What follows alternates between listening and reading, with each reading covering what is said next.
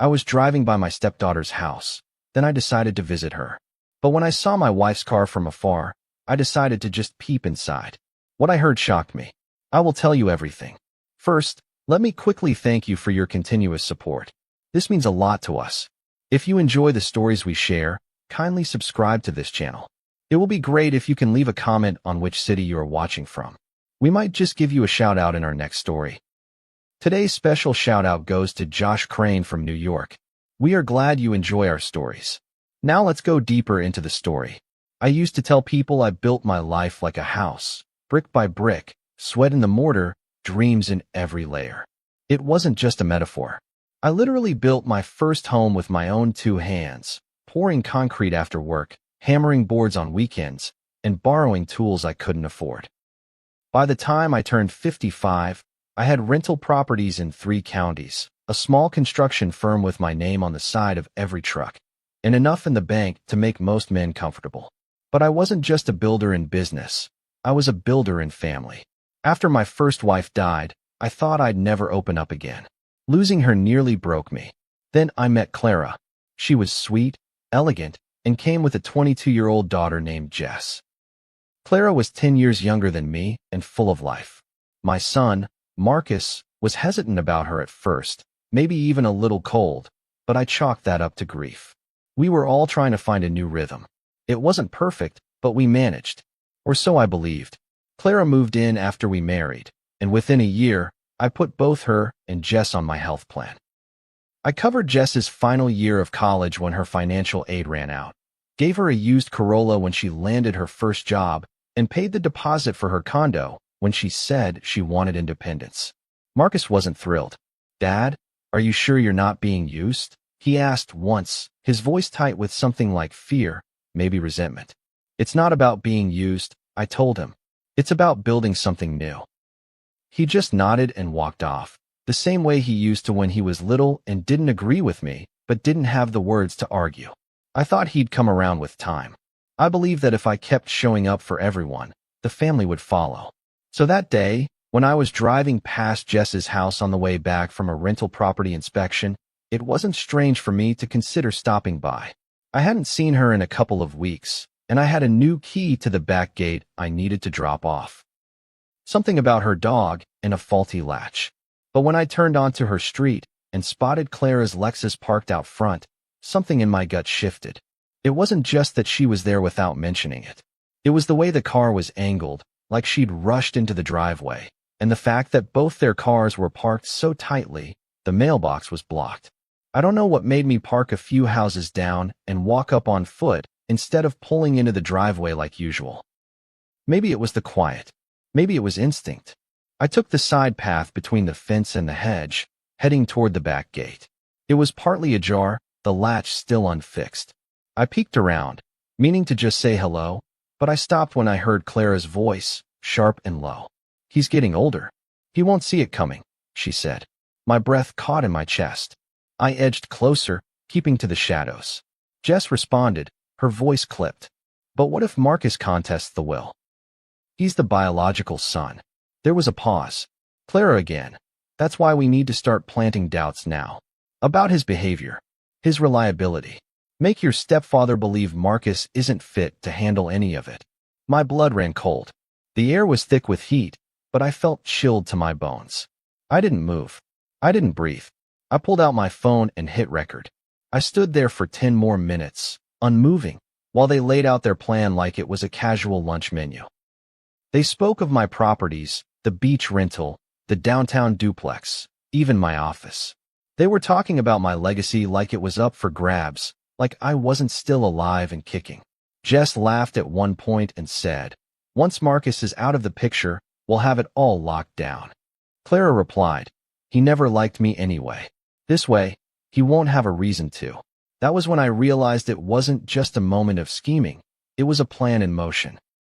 And worse, it came from the very people I'd trusted enough to welcome into the life I'd built with blistered hands and sleepless nights.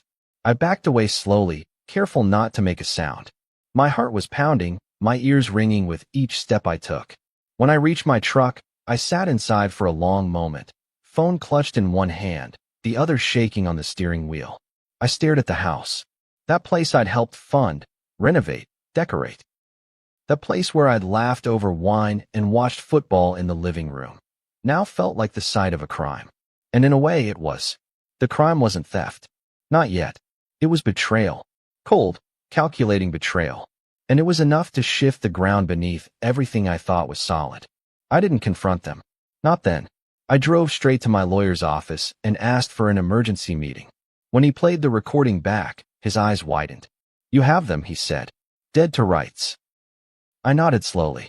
"Change everything," I told him. "Take them out of the will. Lock the assets down. Transfer control to Marcus. And draw up divorce papers." He looked at me for a long beat. "Are you sure?" I didn't blink. I've never been more sure of anything in my life. I didn't sleep that night. Not really.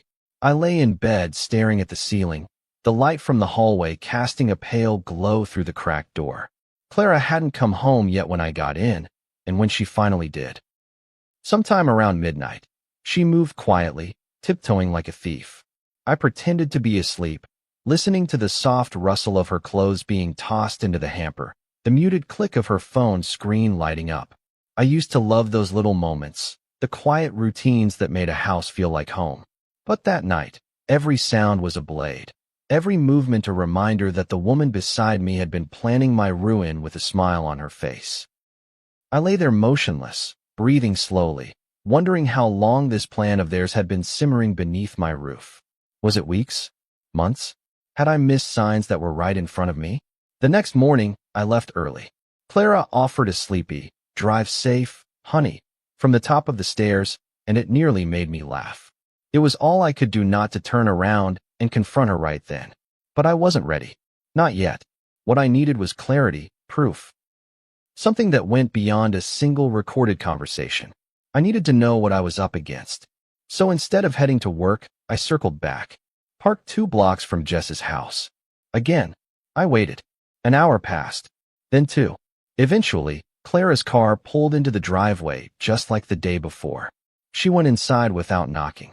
I stayed in my truck, watching the curtains shift like someone had peeked out. 10 minutes later, I was back at the side of the house. Phone in hand, ears straining for every word. "You think he suspects anything?" Jess asked, her voice clearer this time. They were in the dining room, maybe just a few feet from the window. "No," Clara replied, her tone flat. "He's been acting normal. If anything, he's been distant lately. Maybe it's work stress. Or Marcus again." Jess snorted. "Marcus? God, he's such a smug little shit. Always acting like he's the only one who's earned anything." "He didn't earn anything," Clara said. "He just showed up and got handed the world." I felt something crack in my chest. These women, my wife, my stepdaughter, had reduced my son to an obstacle, a nuisance. They didn't see the nights I stayed up helping him study for geometry, the afternoons we spent building tree houses, the time I held him through his first real heartbreak. They didn't know how many times I doubted myself as a father, wondering if I was doing enough. They only saw the inheritance, the trust fund, the empire. "I talked to that lawyer friend of mine," Jess continued. "If you die married to him, and there's no will or prenup adjustment, you get half. More if Marcus can be painted as irresponsible or estranged." Clara's voice dropped to a whisper. "That's why we need to document everything. Missed birthdays, canceled plans, arguments. Spin it like he's pulling away from the family. Create a paper trail." I nearly dropped my phone. My hands were shaking so hard I had to press my back against the wall to steady myself. My wife, was plotting to assassinate my son's character. It wasn't just about money anymore. It was about erasing him, smearing him, turning my legacy into her leverage. I clenched my jaw, forcing myself to stay quiet. This wasn't the time for confrontation. Not yet. The rage boiling inside me needed to be focused, not flailing. I had to be surgical. They kept talking. About tactics, about timing, even about Marcus's girlfriend. "If we can get her to say he's emotionally volatile, even once, that could help," Jess said. I stopped listening. I'd heard enough. I turned and walked away, my breath coming in shallow gulps. My phone was still recording, but I didn't care. I just needed air. I needed space to think. Back in the truck, I stared at the dashboard while the audio played back in my ear. Every word was a nail in the coffin of our so-called family. The betrayal ran deeper than I'd imagined. Clara hadn't just joined Jess's scheme. She was the architect. She spoke like someone who had been waiting, patiently, strategically, for her moment. And I, in all my pride and optimism, had handed her the blueprint to my life and invited her to remodel it. At the law office, my attorney didn't hide his disbelief. "This is layered," he muttered, rewinding the audio. "They're not just talking casually, they're building a case. This is a long game." He glanced at me. "You okay?" "No," I said honestly. "But I will be." We spent the next hour laying the groundwork. Marcus would receive full control of the business. Clara and Jess would be removed from every estate document. The house would be placed in a trust that couldn't be contested. And Clara, would be served with divorce papers once everything was legally airtight. "Don't tip your hand," my lawyer warned. "If they find out too early, they might act." That night, I came home to Clara cooking dinner. She greeted me with a kiss on the cheek and asked how my day was. I looked at her, the woman I had once watched dance barefoot in the kitchen, the woman I had buried my grief with, and I felt nothing. Not hate, not love, just distance. Like I was watching someone perform a role in a play I'd seen too many times. She passed me a plate and talked about her day, smiling through it all. But behind her eyes, I saw calculation. And it chilled me. I excused myself early, claiming a headache. As I lay in the dark, I stared at the ceiling again. Only this time, I wasn't helpless. I had evidence. I had a plan. And for the first time in days, I had resolve.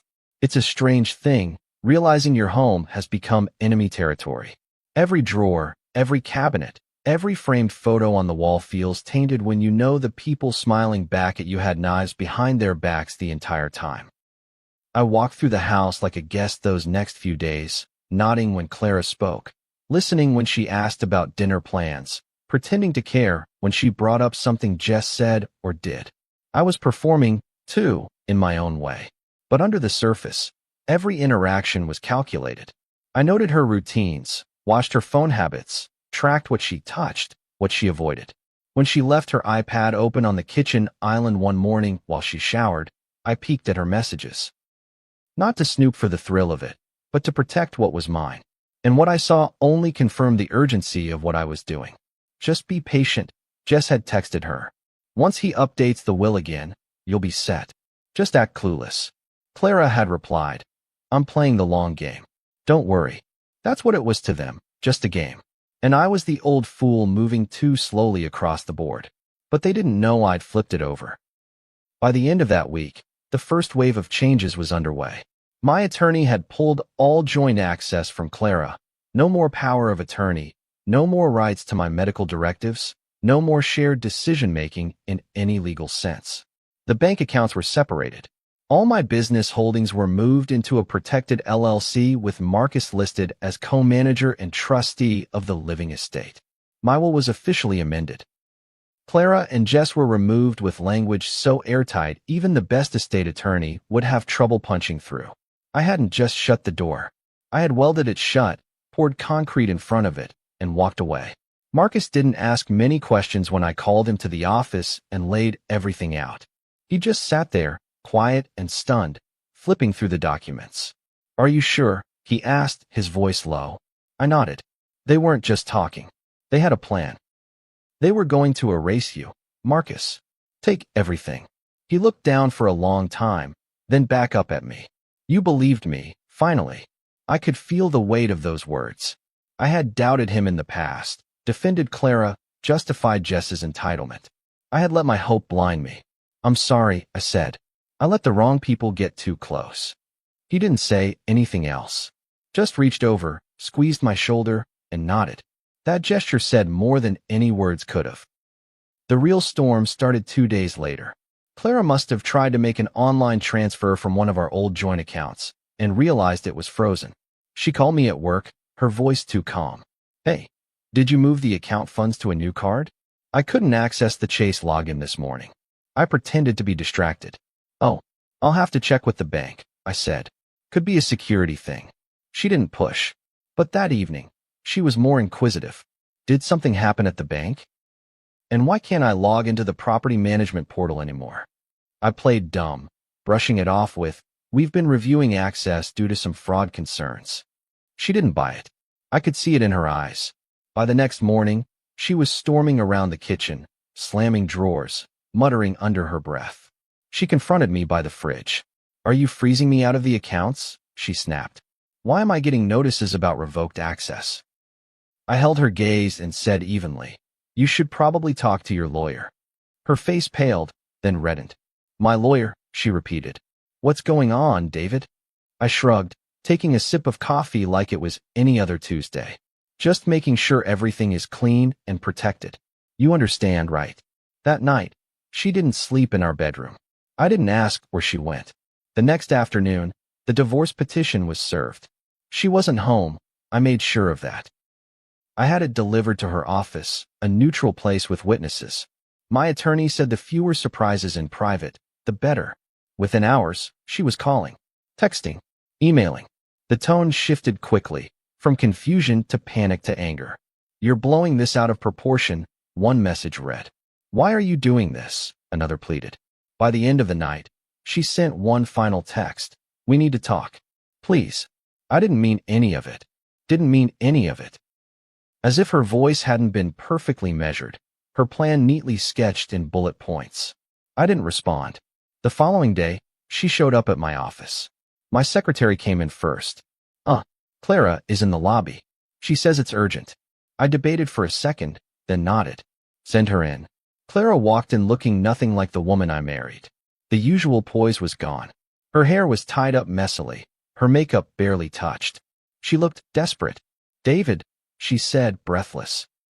What is happening? Why are you doing this? I didn't rise. I just looked at her. Really looked at her. How long? I asked. She blinked. What?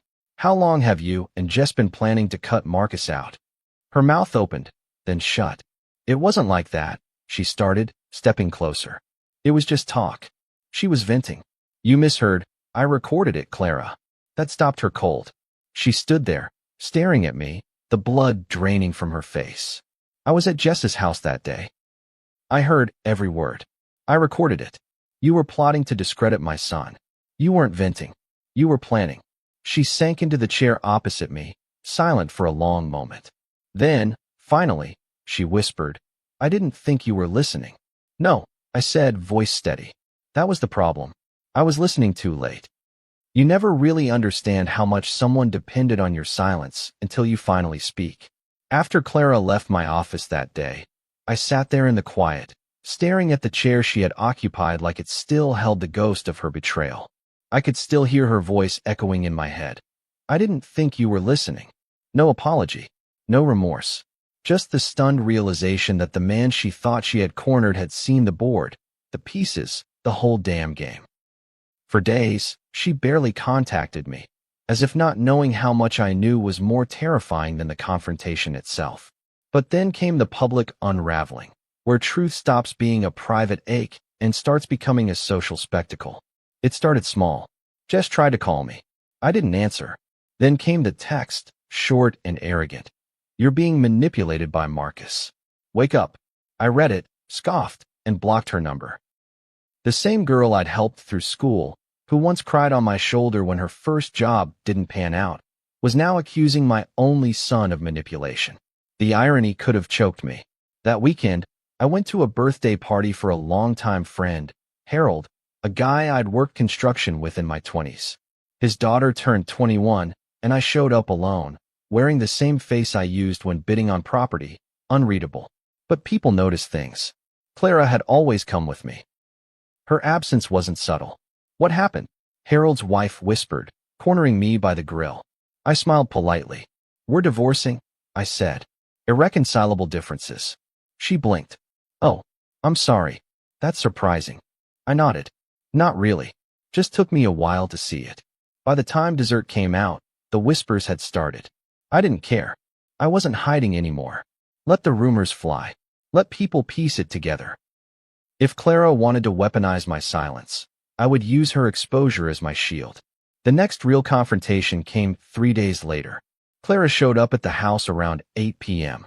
I was on the back porch, drinking coffee and watching the sprinklers tap against the hedges.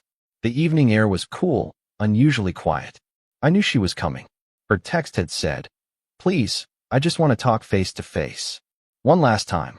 I should have said no, but some part of me needed to hear her excuses. To look her in the eyes and watch the mask fall completely. When she stepped onto the porch, she was dressed carefully. The same blouse she wore on our second anniversary, the one with soft pink flowers. I wondered if that was on purpose. She sat down across from me, and for a moment, neither of us spoke. "I don't know how to start," she finally said. "Try the truth," I answered. "Start there." She looked down at her hands. "I was scared," she said. "Jess is my daughter. I thought if we didn't secure something now, we'd be left with nothing." I leaned back, crossing my arms. "So the plan was to destroy my son?" "No," she said quickly. "We weren't going to destroy anyone. We just wanted a place. Security. After you're gone, Marcus would have everything." I interrupted. "He'd have everything because he's my son. Because I built this for him. Not for you. Not for Jess." Clara's face twisted into something between anger and grief. "We gave you a new life, David. A new family." I stood slowly, coffee mug still in hand. "No, I gave you a life. You married a man still grieving, still trying to hold onto some sense of warmth. I loved you, Clara. I defended you to Marcus. I paid for your daughter's future. And what did you do with that? You tried to gut it." She stood too, tears in her eyes now. "I made a mistake." I stepped forward, voice low. "You made a choice." There was a long silence between us. Finally, she whispered, "What happens now?" I looked at her, really looked at her, and realized how unfamiliar she'd become. "Now? You sign the divorce papers. You walk away with what you brought in. And you pray that's enough." The mask broke then. Her expression collapsed into something jagged and raw. "You're heartless," she said, voice trembling.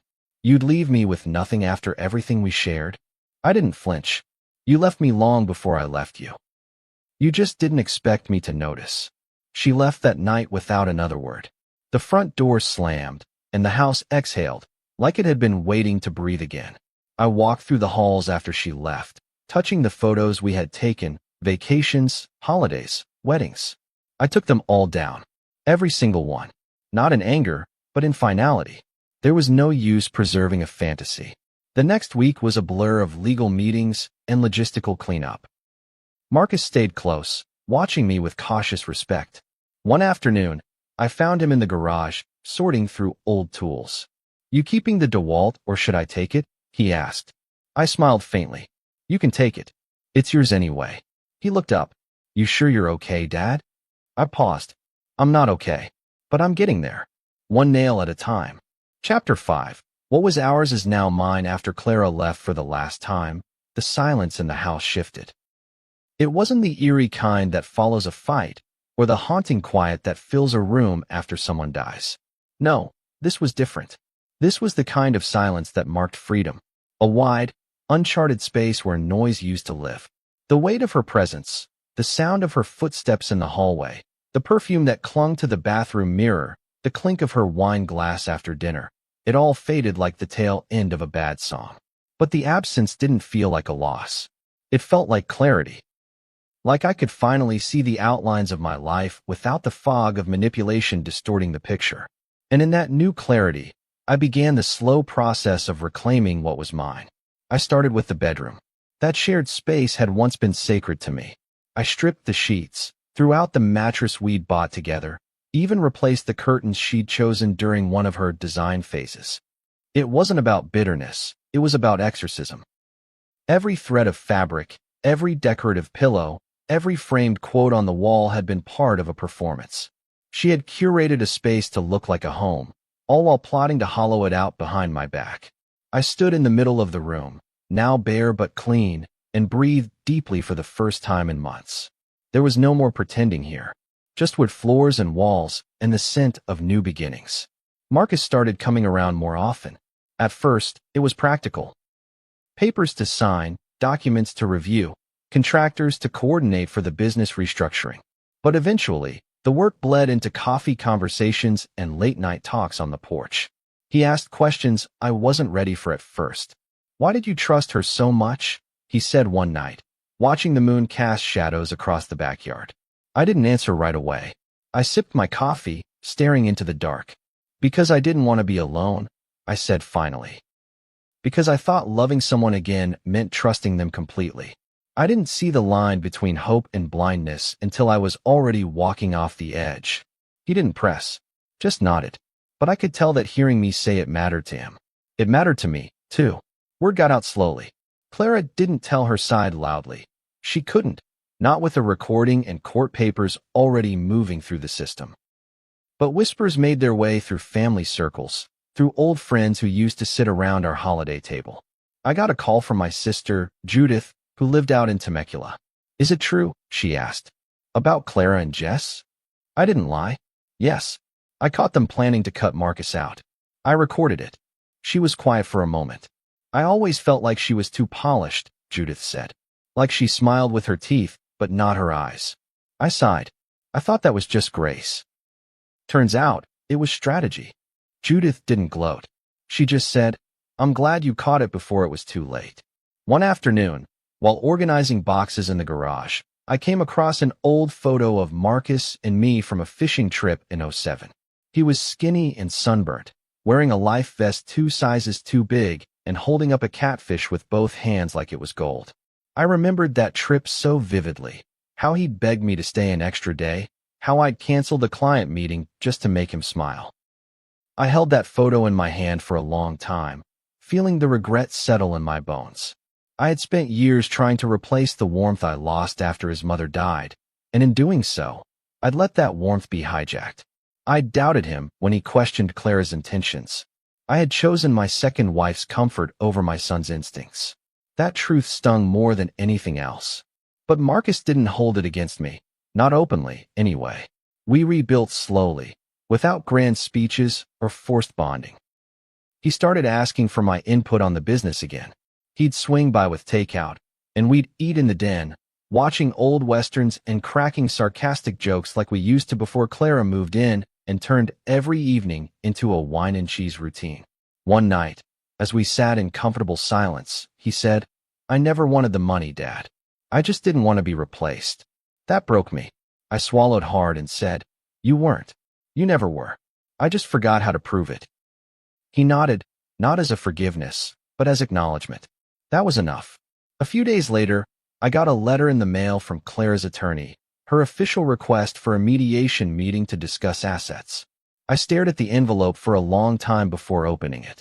Even now, she was still clinging to the illusion that something could be negotiated, salvaged, reasoned. But there was no middle ground to stand on when trust had been burned to the ground. I didn't respond right away. I called my lawyer and told him to handle it. Whatever's legally required, give it. Nothing more. He didn't argue. Understood, he said. You've already done the hard part. In the evenings, when the house was quiet again and the sun dipped low behind the hills, I'd sit outside with a drink in hand and watch the shadows stretch across the lawn. I had expected this part, the aftermath, to feel lonely. But it didn't. It felt earned. It felt honest. I wasn't pretending anymore. I wasn't trying to force a family where betrayal had taken root. I was simply living in the house I had built, free from the people who had tried to claim it as theirs. Some mornings, I still woke up expecting to hear her in the kitchen, rinsing berries, humming, tapping her spoon against a mug like it was some domestic metronome. Old habits have a way of lingering long after the person's gone. But the house, even in its quietest moments, no longer felt haunted. The emptiness wasn't painful anymore. It was peaceful. After months of legal meetings, notarized documents, and late-night calls with my attorney, the divorce was finalized. Clara walked away with what the law allowed. Nothing more, nothing less. Jess never reached out again, and I never expected her to.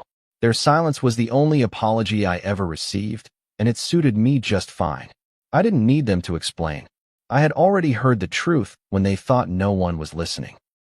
The day the court issued the final decree, I didn't celebrate. I didn't go out for drinks or call up friends to announce my freedom. I just took a long walk through the house, touching the walls, peeking into rooms I hadn't stepped into in weeks. I ended up in my old study, the one Clara always said was too dark, and tried to turn into a meditation room. I reopened it for what it was, a place to think, to plan, to remember. I sat down at the desk, pulled out a yellow legal pad, and started making a list, not of tasks or bills or chores, but of things I had let slide while pretending to be part of a family that didn't value me. Friendships I hadn't nurtured. Hobbies I had given up. Parts of myself I'd muted just to keep the peace. I filled the page quickly. It was sobering how long the list was. Marcus came by the next evening. He didn't ask about the finalization, didn't poke at the wound. Instead, he showed me something on his phone, a design mock-up for a new logo for the business. I figured we could start fresh, he said, tapping the screen. It was clean, bold, modern. I looked at it for a long time, then nodded. Let's do it. That exchange didn't need sentiment. The meaning was clear. We were building something again, this time on bedrock. No hidden schemes. No blood ties twisted into barbed wire. Just honesty. He stayed for dinner, and we ate burgers in the backyard, talking about everything but the past. But the past had a way of showing up when you least expected it. A week later, I ran into Clara's cousin at a hardware store. We hadn't spoken in years, but he recognized me instantly. Heard what happened, he said cautiously. Tough break. I gave a polite nod, kept browsing the drill bits. But then he added, Clara says you misunderstood. That it was just venting, not a plan. I set the package in my hand back on the shelf. If it was just venting, why were they documenting my son's mistakes? Why were they researching inheritance law? He didn't answer. He didn't need to. Some people just want to smooth the edges of everything, even betrayal. I'd spent too many years doing that myself. Not anymore. That night, I stood on the porch again, staring out at the streetlight-lit road that had once welcomed Clara home. I thought about how easily I'd handed her the keys to everything. My house, my accounts, my heart. I didn't regret loving her. I regretted trusting her more than I trusted myself. I regretted not believing Marcus the first time he raised the alarm. I had tried to blend two families that were never meant to mix, forcing puzzle pieces together until the picture tore apart. And still, I wasn't bitter. Just clearer. One evening, Marcus brought his girlfriend by for dinner. She was kind, observant, the type who noticed small things, like how I'd swapped the art in the hallway or that I cooked with cast iron. After we ate, she helped clean up, then asked to see the garden Clara used to obsess over. I almost said no, but I nodded instead, led her to the back, and showed her what remained. Overgrown hedges, weeds peeking through the mulch, roses blooming stubbornly in the far corner. She must have loved it out here, she said quietly. I looked at the space and said, she loved how it looked, not what it meant. The girl nodded slowly, like she understood more than I expected. Later, Marcus said, she asked me if you're happy now. I told her you're more at peace. But I didn't know if that's the same thing. I smiled at that. It's not. But peace is a damn good start. I don't know what Clara tells people now. Maybe she paints herself as misunderstood, abandoned, the wife of a man who closed himself off. Let her. That story might make her sleep better. I've learned that truth doesn't need to be shouted. It just needs to be lived. And I'm living mine, quietly, deliberately, without compromise. The business is stable. My will is final. Marcus is beside me, not behind me. My legacy will go to the one person who never asked for it, but always deserved it. Some nights I still sit on the porch with coffee in hand, watching the sky change colors as the sun dips behind the rooftops. I don't feel sad. I feel anchored. I feel like I've returned to myself after years of being someone else's second choice. I may have lost a marriage, but I gained a boundary. I may have walked away from a woman I once loved, but I stepped back into a version of my life that's real, unfiltered, and mine. If you've ever had to cut off someone you once called family just to protect your peace, you're not alone. I didn't choose betrayal, but I did choose how to respond to it. Let me know in the comments. Have you ever had to walk away to preserve your legacy? Your story matters too.